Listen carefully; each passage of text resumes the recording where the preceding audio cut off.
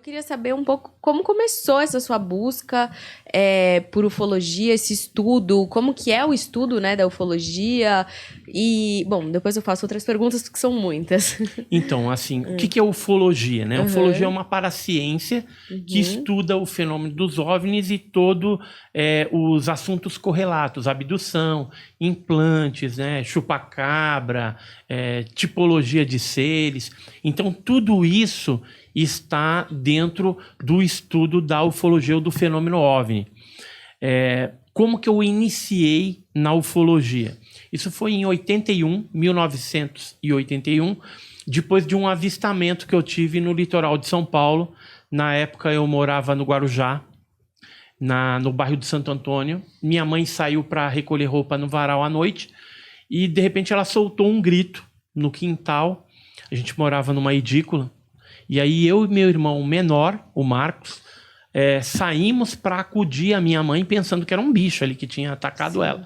Só que ao sair no quintal, olhar para o céu, aquele céu escuro, havia uma luz meia disforme mais grande, que hoje eu sei que seria uma nave-mãe, alaranjada, e aquele objeto sem som algum, voando assim no céu lentamente, expelia por baixo dele objetos menores.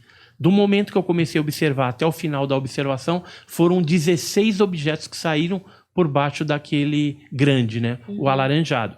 Os menores eram esferas piscantes, né? Elas pulsavam e a cada duas ia para uma direção específica do céu.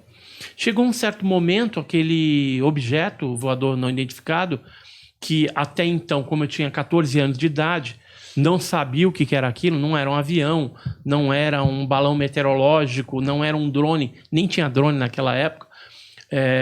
Eu não sabia o que era aquilo, não era um fenômeno astronômico.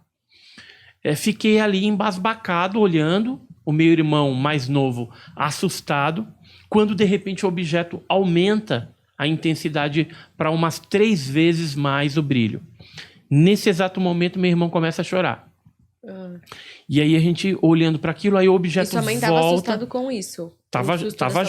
Nós 3 ali já olhando, andando pelo quintal, indo em direção à rua, porque a gente morava na edícula. Quando a gente chegou no portão já de casa, várias pessoas apontando e observando também, vizinhos, né? Ali da rua. E aí a gente olhando para aquele negócio, ele aumentou o brilho, meu irmão começou a chorar, ele diminuiu o brilho para o mesmo tamanho que estava, e aí fez um movimento assim, ó, descendo, sabe um anzol? Ele desce e depois sobe na vertical, mas numa velocidade muito rápida. Então fez assim, e desapareceu. Uau. Aí no dia seguinte, pessoas comentando, jornal, falando a respeito do assunto, etc e tal. E aí isso foi num domingo. Eu lembro porque eu e meu irmão estávamos assistindo o Silvio Santos. Então, Silvio Santos era de domingo. E aí, na segunda-feira, eu já trabalhava no Banco do Brasil, eu comentei isso com um guarda, com um vigilante noturno, que era o Ledinildo Azevedo Ledo de Mello, mais conhecido como Ledo. Creio que ele está vivo ainda, mora lá em Recife atualmente. E ele falou para mim, olha, o que você viu era um OVNI. Só que até então não sabia nem o que era isso. OVNI, disco voador. Talvez já tivesse visto na mídia alguma coisa no programa Fantástico de disco voador, assim, mas a minha atenção não era voltada para esse tipo de assunto. Mas aí, a partir de saber que aquilo era um OVNI, eu fiquei com todos os meus sentimentos e atenção voltada para saber o que era aquilo.